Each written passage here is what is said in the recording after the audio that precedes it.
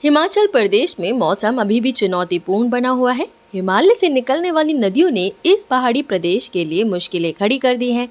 जान माल का भारी नुकसान हुआ है, घर दुकान तबाह हो गए हैं। कुल्लू, मनाली, मंडी जैसे इलाके हिमाचल प्रदेश में सबसे ज्यादा प्रभावित रहे। कुदरत के कहर की इन तस्वीरों में वह तस्वीर सबसे ज्यादा चर्चा में रही जहां भगवान भोलेनाथ का मंदिर लहरों से संघर्ष करता दिखा। मंडी के ऐतिहासिक पंचवक्त्र मंदिर ने घंटों तक उग्र और आक्रामक ब्यास नदी की लहरों का जमकर सामना किया। स्थानीय लोग मानते हैं कि 5 सदी से भी ज्यादा पुराने इस शिव मंदिर ने हिमाचल प्रदेश की रक्षा की है। 500 साल से भी ज्यादा पुराना ये मंदिर दिखने में हूबहू केदारनाथ मंदिर की तरह दिखता है। साल 2013 की तबाही की वो तस्वीरें भला कोई कैसे भूल सकता है, जब केदारनाथ में आई आपदा ने पूरे उत्तराखंड को अपनी चपेट में ले लिया था। लेकिन लोगों में हैरत थी और जिज्ञासा भी थी कि जिस तबाही ने उत्तराखंड में मरने वालों का आंकड़ा अथाह कर दिया, उस मूसलाधार सैलाब और उसके साथ आने वाले लाखों टन वजनी मलबे को कैसे बाबा केदार के उस मंदिर में अपने प्रांगण में ही रोक लिया।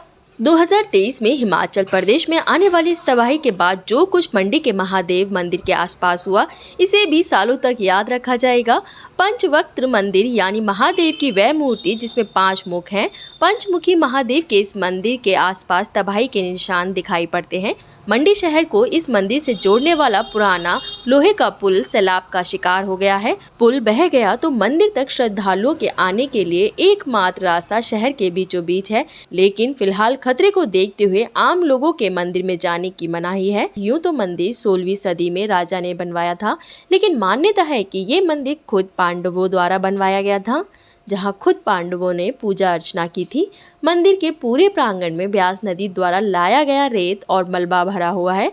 मंदिर का पूर्वी और उत्तरी द्वार सबसे ज्यादा लहरों की चपेट में था, लेकिन ताकतवर ब्यास नदी भी सदियों पुराने मंदिर को नुकसान नहीं पहुंचा पाई। कल सावन का पहला सोमवार था और मान्यताओं के चलते श्रद्धालुओं का तांता इस मंदिर में आने वाला था, लेकिन रविवार से ही प्रकृति के प्रकोप ने पूरे हिमाचल प्रदेश को अपनी चपेट में ले लिया।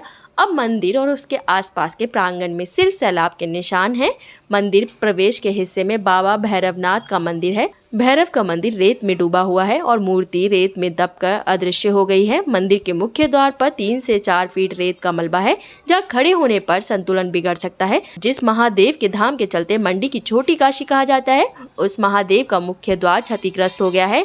हिमालय से निकलने वाली ब्यास नदी की धाराओं ने दरवाजे को नुकसान पहुंचाया है। भले ही मंदिर में मलबा आ गया है, लेकिन इस दिव्यता और भव्यता पर कोई असर नहीं पड़ा है।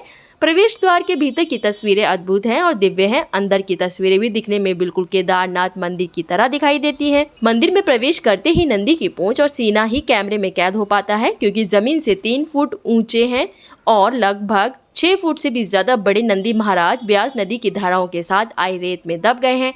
परिक्रमा के लिए मंदिर का प्रांगण भी मलबे में दबा हुआ है। घुप अंधेरे में कहाँ रेत है और कहाँ दलदल, इसका अंदाजा लगाना मुश्किल है। स्थानीय लोग कहते हैं कि जल्द ही प्रशासन के साथ मिलकर इस मंदिर की भव्यता और पुनर्निर्माण का काम शुरू होगा, लेकिन फिलहाल महादेव की मूर्ति रेत की परत से ढक गई है और उनके दर्शन करना अभी मुश्किल है।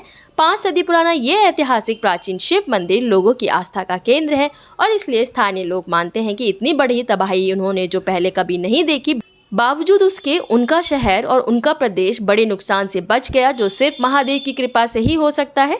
मंडी के लोग मानते हैं कि महादेव की छोटी काशी के प्रभाव ने प्रकृति के प्रकोप को कम कर दिया और हिमाचल को बड़ी तबाही से बचा लिया। इसी तरह की खबरों के लिए बने रहें हमारे साथ। चैनल को सब्सक्राइब करना ना भूलें। बुलंद भारत।